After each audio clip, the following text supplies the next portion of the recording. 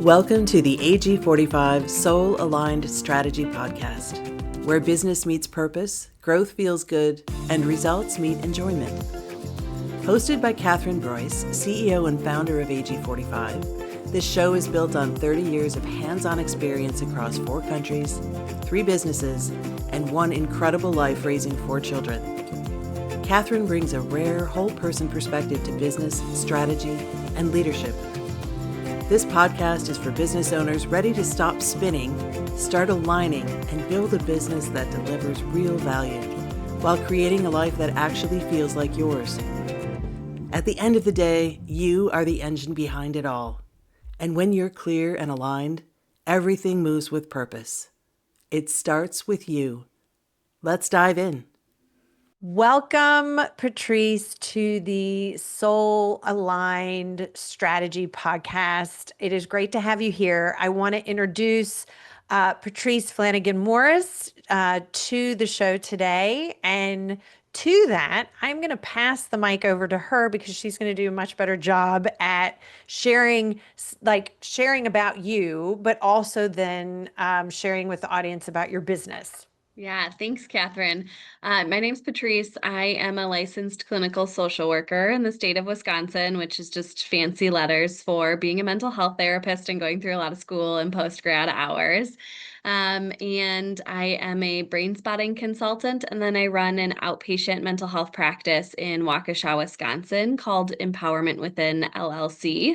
So I started Empowerment Within now 5.5 years ago to help support in breaking out of the medical model of therapy. I saw a lot of pathologizing, a lot of not supporting clients in the way where they can really holistically heal. And so I decided to go off on my own, and it's been crazy how much we've grown in the last 5.5 years. I have 8 clinicians now that work for me.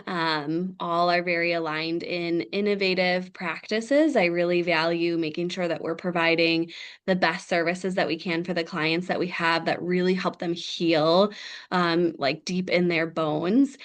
And then I just get to provide the kind of same space for all of my employees. And so the business is really created around supporting our community and then making a really supportive workplace for everybody that I have on my team.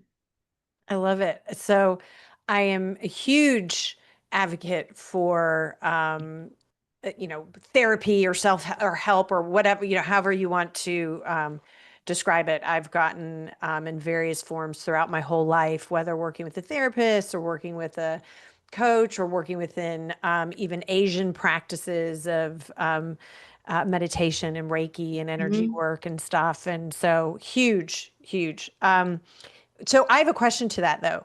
So you mentioned 2 things. So you mentioned brain spotting. So I want to understand a little bit more about that. But also then the second is you said that your practice is different. So I'd like to understand a little bit more too about that. But brain spotting first. Well, I could talk about brain spotting for hours, but I'll try to keep it short and simple.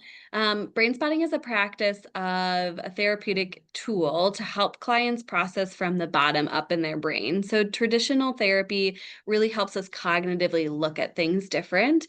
And what we find, and probably what you've experienced in your life, is you can know how you're supposed to think about something, but if you don't feel that way and it's really not embodied, then you have a tendency to not follow through with that.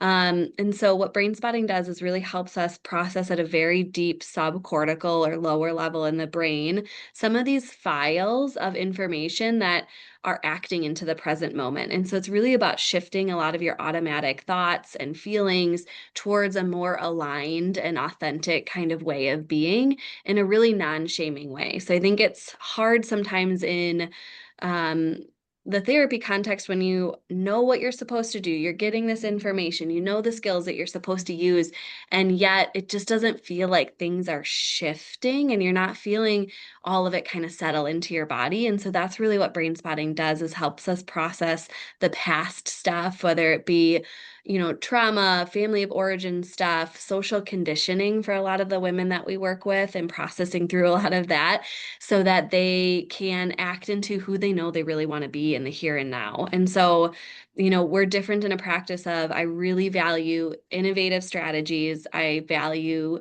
all of my clinicians understanding how the mind and body work and having really nice body-based tools to support clients, because there are a million talk therapists out there, but if talk therapy was working the way that it's supposed to, like, we wouldn't have talk therapists anymore. And so I really value making sure that my employees are specialized in what they're niching down on, and then getting that enhanced training to be more innovative, cutting edge, and really neuroscience. So, like, understanding the brain, understanding the body, understanding what interventions we're interweaving to actually help change the way the brain works, rather than trying to get the brain on board with the new information that we're giving.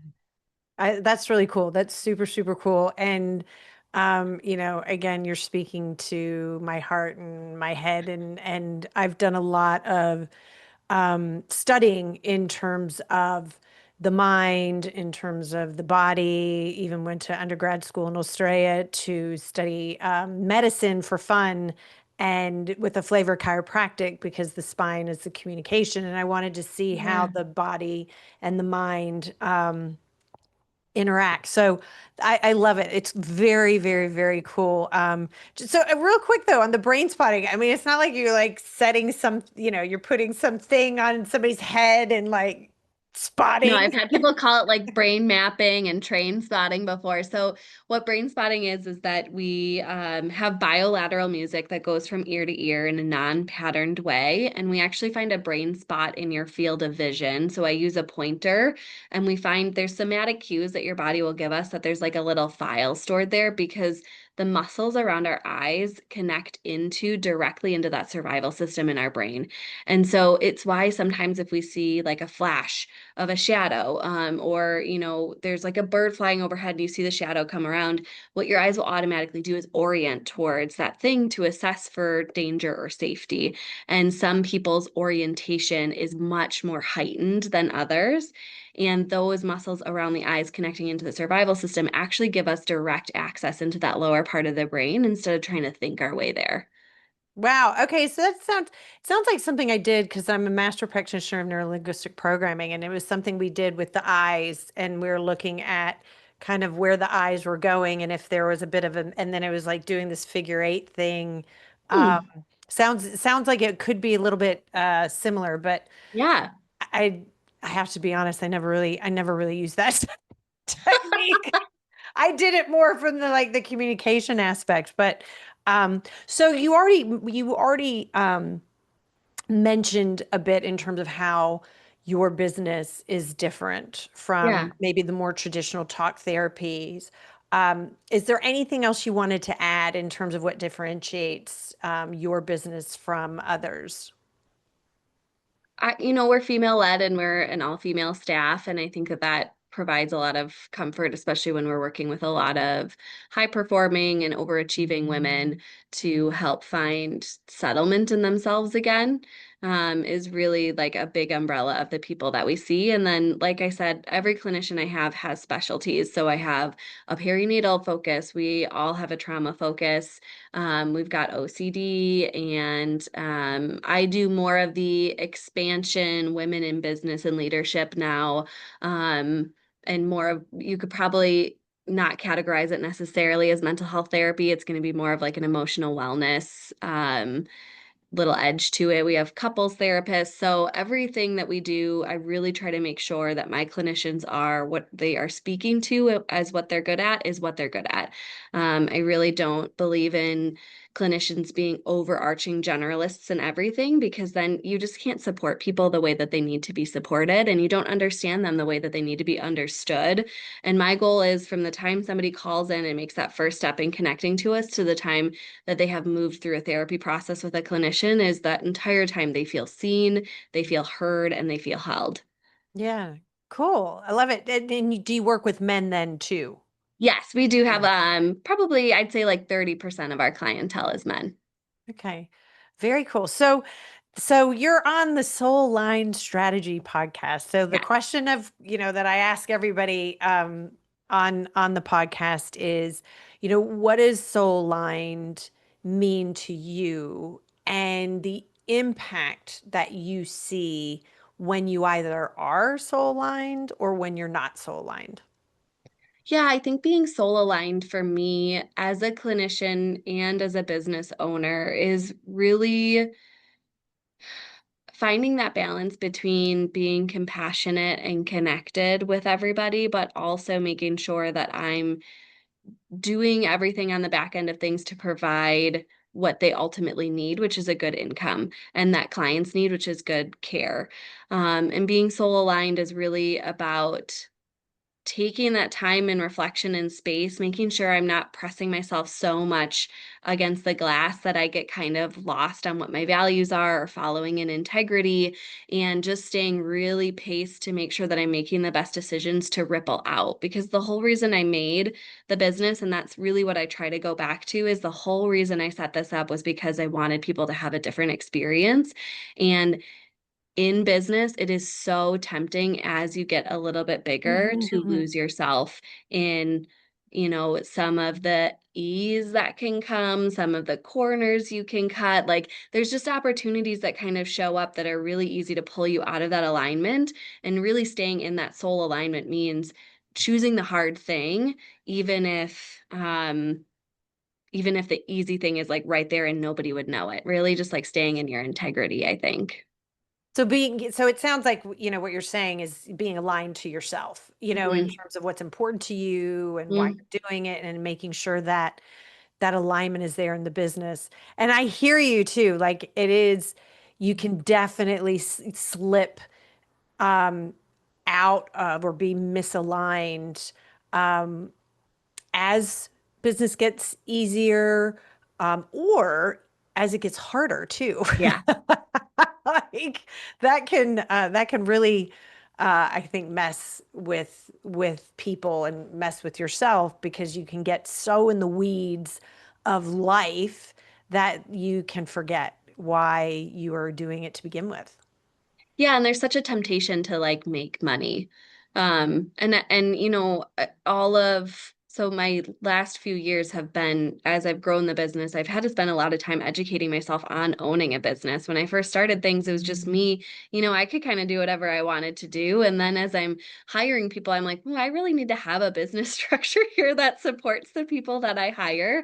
Mm. Um, and so I've spent a lot of time educating myself on business. And if you connect into the wrong resources, a lot of it gears towards how do you just like create this massive money funnel instead of really being aligned with what your purpose is and understanding that, in time the money will follow. And there are definite ways that I could make more right now if I wanted to, but it would have to come at the cost of my clinicians and our clients' happiness. And I'm just not willing to sacrifice that at this point in time. I love hearing that. So it sounds like you have a really clear foundation, not only of you and what is important to you, but also what's important in your business. Hmm. That's great. That is really cool. So has there been a time in your life, or when has been a time, because we're human, and so I'm sure there has at some point. The answer is yes. When you've been misaligned, whether that it showed up in business or maybe it didn't show up in business, um, would you be willing to share? You don't necessarily need to share, the exact story or anything We can get if that's into too it. personal. But how was that? Like, what was the impact of misalignment? Yeah, I'll say even, my best kind of thing that I just point to right now is even when I started the business, and I started hiring, I hired a friend because she was in a bad work situation the same way that I was and why I started off on my own. And I was kind of like, well, it can't be that hard to hire somebody. And it turns out it's a lot of work. But once Yeah. I did it once, I was like, well, now I might as well recreate the wheel and not recreate the wheel, like just keep bringing people in. And in that initial excitement of growing the business, I ended up hiring people that just were not a good fit. And I knew in my gut when I was interviewing them, I was very 1 foot in, 1 foot out. Like, I can make this work. And I try to remind everybody, just because you can doesn't mean you should. Um, and so I hired them because I was new and I had like just rented this space and I wanted to make sure I was making enough and all of that stuff. And that just ended up being a very messy, hard learning experience for me. That kind of made me have to snap back into integrity of, you need to go at a pace, you need to slow yourself down. Like, if you're really trying to grow what you're trying to grow, it's not just going to happen right away. And I'll say, just even throughout my life, that's something I've really struggled with, is like, I want to be good at something right from the start. I want to be advanced right from the start. I have high perfectionistic tendencies. So much of my own personal work has been allow for things to grow.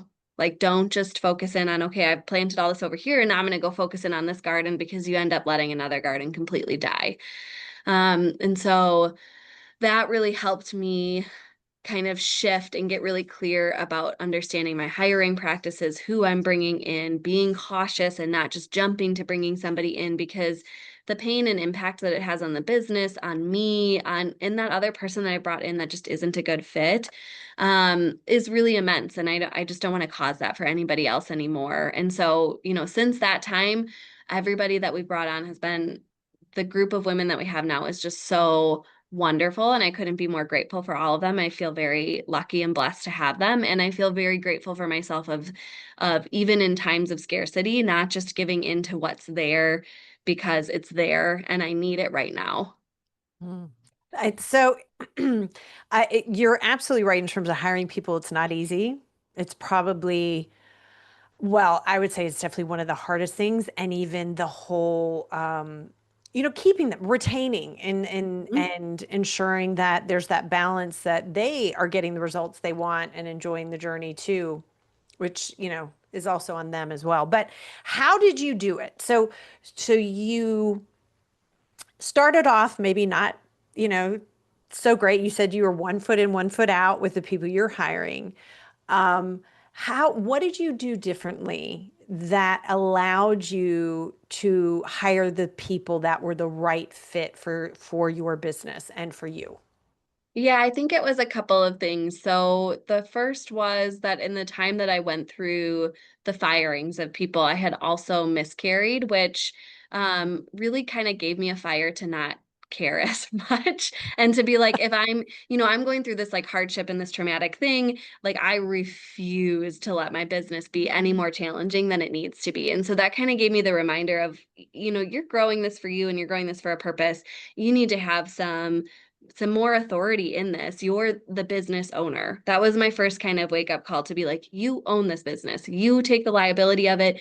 You have the impact of it. You need to be a leader and an owner in this. You can't just be like a friend and community to the people that Mhm. are here. That unfortunately doesn't get to be your role here.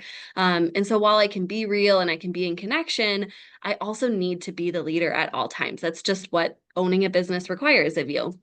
Um, so going through that really helped me kind of stand back in knowing who I needed to be.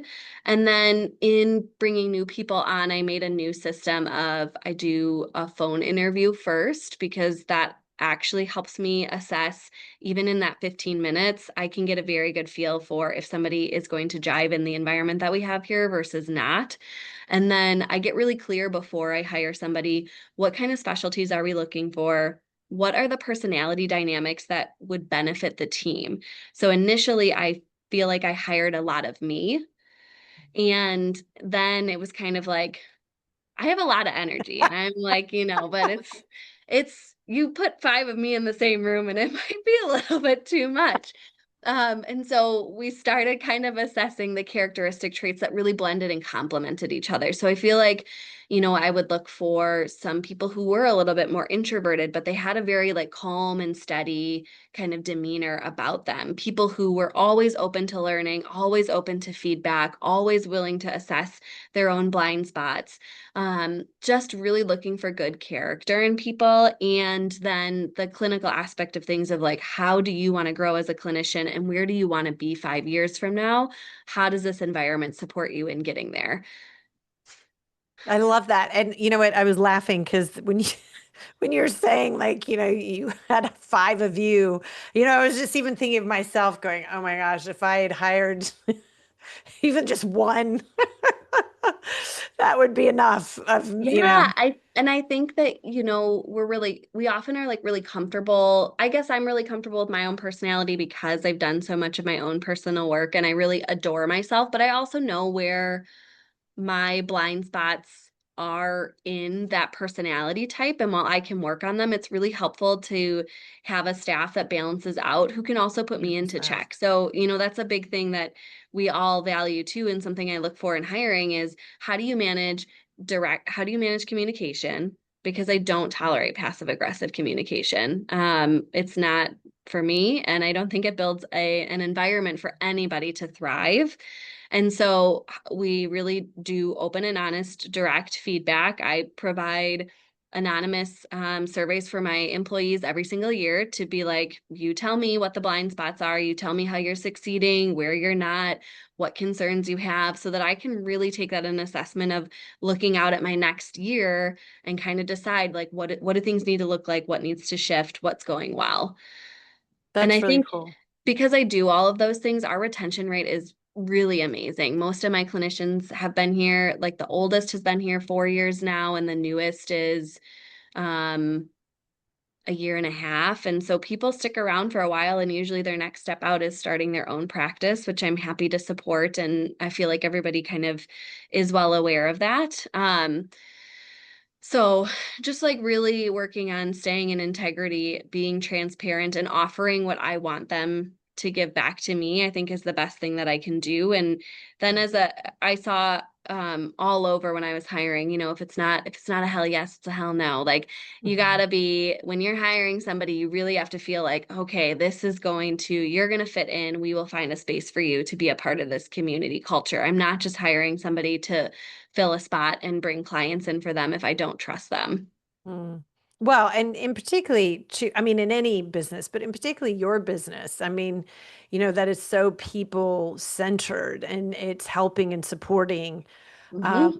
if you don't have that trust in the people who are working with you, it'd be hard. I think there'd be that resistance then of the clients coming as well in terms of that they can feel it because you know, I see that when we are out of alignment, there's this resistance there that it's like it feels like an uphill battle. And so that can even be, in terms of the type of people who are coming your way or even how you are like going out to the people. And so, yeah. The universe takes care of you. It's a bummer, but it's also a good thing. Like anytime that I've had any hesitation around anyone, it becomes very clear in our referral streams and everything that happens. It's like I could be doing all the same stuff, but all of a sudden everything's on a pause. And that's usually a sign to me that I've got to take a step back and assess things and go like, "Ooh, what did I miss? Like, oops, I Mm. moved too fast again and I took on a little bit too much and now I need to find a way to kind of pace myself a little bit differently because really you will see it like within weeks impact your business. It is so wild to me how it happens. It is. It is really cool. I'm a big believer in the universe, and even when we are in like maybe that misalignment resistance, the universe will actually show us. We Hmm. just might not be listening. A lot of times we're Hmm. not, and then the universe pushes us, and Yeah. it's like you haven't listened. Bam, Yeah. and then you're like, um, but so okay, Patrice, in terms of um, business or I mean anything. It doesn't necessarily have to be business, but is there a time that you were like, "Oh my gosh," besides like hiring the friend, but you just things did not go your way. You literally were like, "This was," and I don't like using the word stupid, but when you look back, you're like, "Oh my God, why did I do that?" That was just not a good decision. Was there a time that happened, and what did you learn from that experience? I mean, I think the reality of owning a business is that happens all the time. Because we I always believe I have the best intentions, but sometimes, especially when you don't know what you don't know, you make decisions that you shouldn't make, that aren't going to be, I think the biggest ones that I can see for myself is making decisions that aren't going to be sustainable for the business. They're only sustainable for the people that I hire. And that's been a really hard lesson for me to learn over the course of owning my business this entire time, is it becomes very clear that there are some things that I'm doing because I just love to give back. And I'm like, well, here, let me give you more PTO. Let me give you more CEU reimbursement. Like, what do you need to be happy? What do you need to be happy? What do you need to be happy? And there's a balance of part of that is really good, but it has caused me to make business decisions that are just not sustainable and give so much to people. So something I worked through personally, actually earlier this year, was just the understanding that as much as I want to make this a ceilingless place, it's still a business and it has to have a ceiling. Otherwise, it's going to get flooded. And so, I've really had to put some things into place that I know don't always feel good for the people that are working here, because they've had this like ceilingless kind of mantra and like belief, and I want that, but it just can't exist. Like, there is a business that has to be sustained here. And so I think what I'd really encourage people in general is, when you see something that's not working, even if the intention is really aligned with who you are, the intention also has to have the impact that it's going to be good for your business. And you don't have to only be focused on something being good for your business and not the people in it, but there has to be a balance between the two. And me working towards transparency with my staff around that, of like, hey, when we were small and I was bootstrapping a lot of this, like, I could make this work. And what I've realized is, I can't bootstrap this much farther than where we're at. So if I want us to continue to grow, I'm going to have to make some structural shifts here so that the business can still thrive while we still have community and connection here. Um, because it's really easy to get caught up in wanting to be a kind and compassionate person, that you also forget that you are running a business that depends on systems outside of itself. It's interesting because I hear it a lot from business owners in your profession or Yeah. similar profession, because people who go in this profession are usually, they want to help, they want to give, they want to support, they want to, and so there is that learning that boundary a bit of going, okay, actually, is that giving too much? And with businesses, like I don't know, the family came to me when you were talking, in the sense of like, okay, when you have one child, the way that your family unit works is one way. But then when a second child comes, it's like, oh, well, we got to shift a bit. We got to change our systems a Mhm. bit. And then when there's a third, so I have four. So then there was a fourth, and so it's kind of the same as a business grows and goes through the different cycles. Um, just because you were doing something last year may not make sense this year anymore, because of either what's happening outside or because you've grown internally or whatnot. So, I mean, first of all, hats off to you for actually, being able to do that, because it's not easy. Mhm. I can feel ya in the sense of, I tend to probably lean towards like, okay, yeah, I'm gonna give. I'm gonna give. And Well, and women are taught how to give. Like, we're terrible oftentimes at receiving, and we are so conditioned to over give and overextend ourselves and see that as our worth and our value, that even if working on it, and helping it resolve at a very deep level, like, there are ways that it's just going to pop up that you didn't anticipate. And like you said, there are just growing pains that you can't anticipate with a business getting bigger. And I think what I really have learned too is, I can provide the best space that I can provide. I can keep being mindful of that. And then if the way that the business is shifting doesn't work for some of the people in it anymore, like, it's okay. I can let them go. I can let them, like, I want everybody who works here to be happy and fulfilled in the best ways that they can. And if at some point the way the business shifts, that just doesn't work for them anymore, then I'm happy to support them in whatever that next step is, rather than trying to like continue to contort my business to fit everybody's needs. It's too much to keep up with. It's very overwhelming.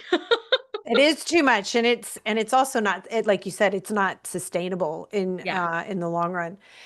There's I when I speak with business owners, a lot of them, and even people who are not business owners, this whole concept of paying themselves first or wealth. And actually, it's not just about the business is there also to support you. So I can see a lot of business owners focusing so much on the people, Mhm. but forget, you in terms of time and wealth.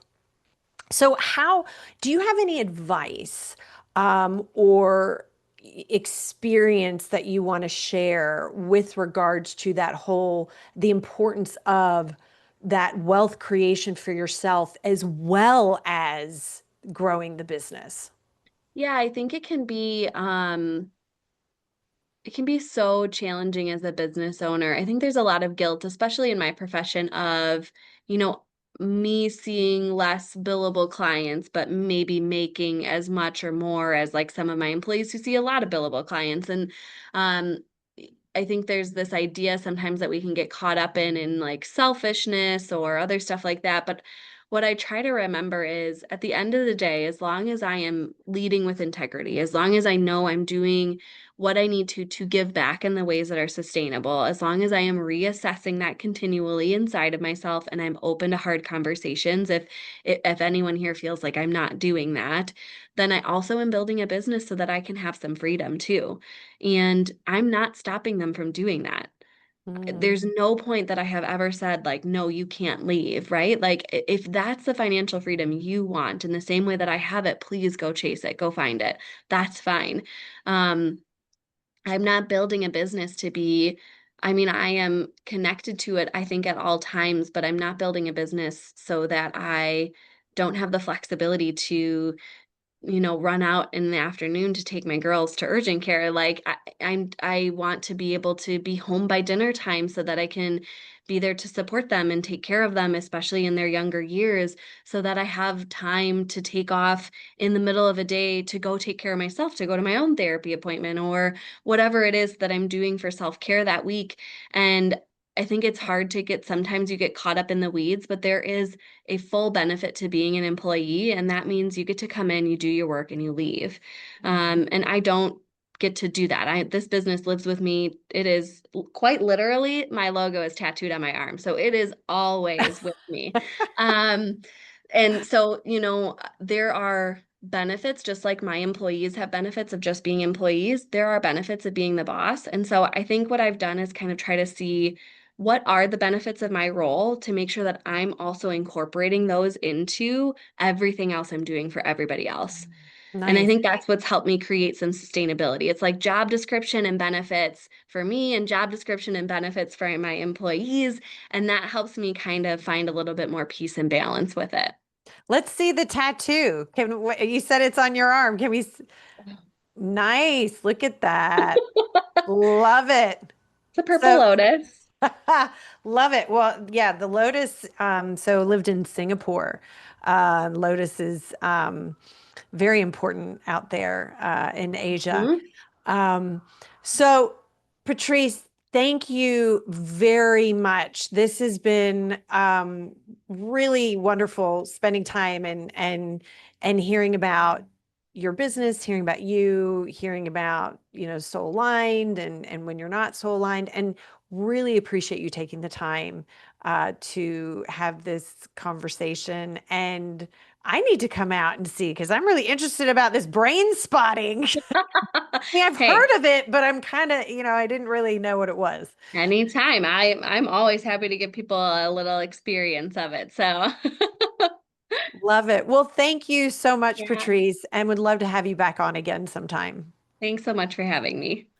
Thanks for joining us on the AG45 Soul Aligned Strategy Podcast. If you're ready to align your soul with your business, take back your time, and grow with intention, we'd love to connect.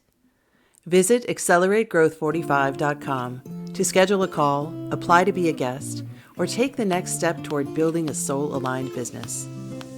At AG45, we believe when business meets value, wealth meets legacy, and time meets freedom, the journey becomes truly enjoyable.